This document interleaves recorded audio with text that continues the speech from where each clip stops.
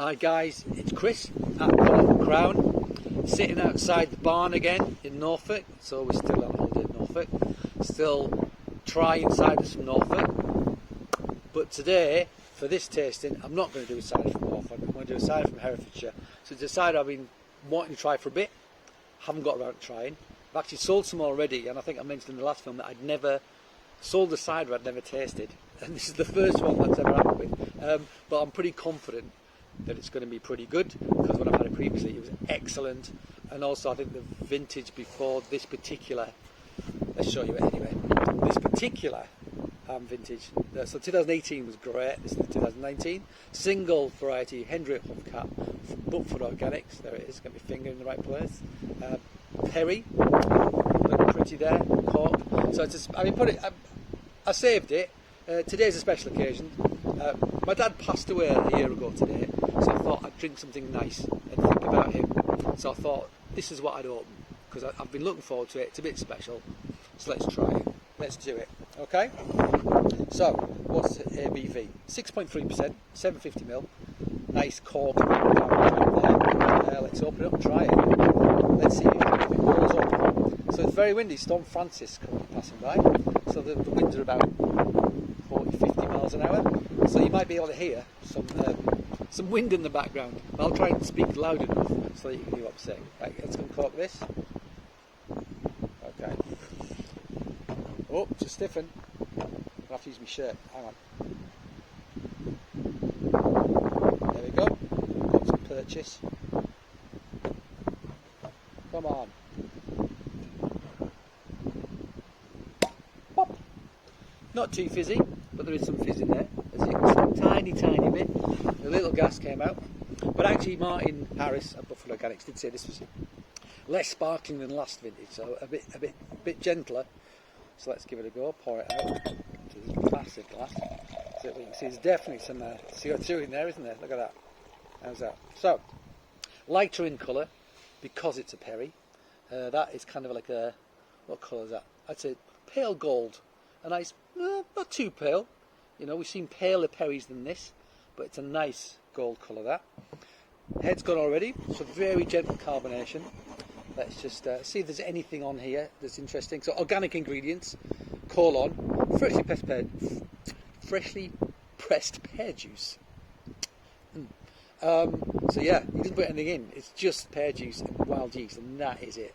Fermented using the method ancestral, producing a medium dry, lightly sparkling perry, best served chilled. So method ancestral, what's that? So basically pet nat, that is. So that means you bottle it before the end of fermentation, and it finishes fermentation in bottle, and that's what produces the sparkle.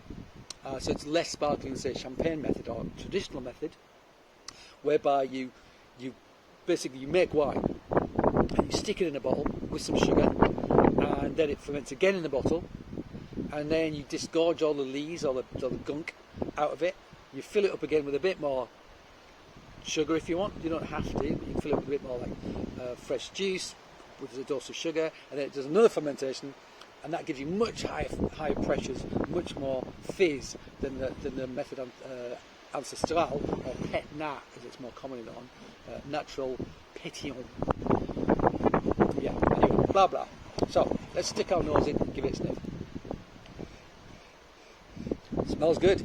And actually, I'm starting to notice with Martin at Butford Organics, there's quite a lot of acidity in his ciders. It never really occurred to me before, but actually, what I've sold mainly of his was the Ganymede, which is also method ancestral, pet nat. But that's in 2014 they've been selling. It's got really bold acidity on it, actually. But the last vintage of this I had in 2018, which we tried a few films ago, had the orange label. That had amazing sherbety, like lemon sherbet acidity in it. It was absolutely fantastic. Really liked it. So let's see how this goes. Cheers.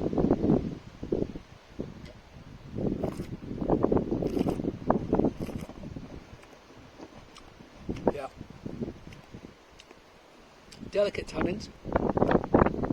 Not quite as bold as acidity, not quite as sherbety. But still got some nice mouth-watering acidity. This is a bit richer, a bit rounder. Some riper pear in there, I would say. A bit of minerality, bit of a pear skin.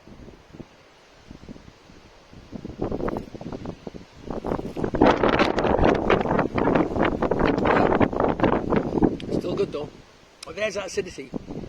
It's like very bold lactic acid, like a really tart yoghurt. That's kind of what it feels like. But actually, a bit of sorbitol in this, a bit of residual sweetness, so it balances the sweetness really nicely. So this is less fizzy, it is more gentle, but it's still delicious. If I had to have one of them, I might go for 2018, just because it had that sherbet thing, and I flipping love it when you get that sherbet thing. I flipping love it. And it doesn't happen very often. It's one of those things, it's like the Wellington Boot petroleum smell you can get in things like really great Rieslings from Alsace or Germany. It's got this petroleum kind of character, which I absolutely love. I absolutely love it, and I absolutely look for it in Rieslings. And also sometimes you get Pinot Noir, particularly Burgundian ones. There's a lot of farminess to it, which I love that as well, and that's something I really look out for. But it doesn't happen every time. And every time I open a bottle, I'm kind of hoping I'll get it. I'm hoping I'll get it. You know, it's quite exciting in many ways. It isn't quite as sherbety, but still a darn delicious perry. And I'm very glad I've opened it. I'm very happy to drink this. This is quite a fast. Cork's blown away. Everything's blown away. The camera's blown away as well. It's kind of exciting. St. Francis. Yeah. Okay, guys. Before everything blows away, I'm going to stop doing this. I'd like to say thank you to you. Cheers to my friends. Enjoy those things. We'll be back soon. Until then, bye. Cheers.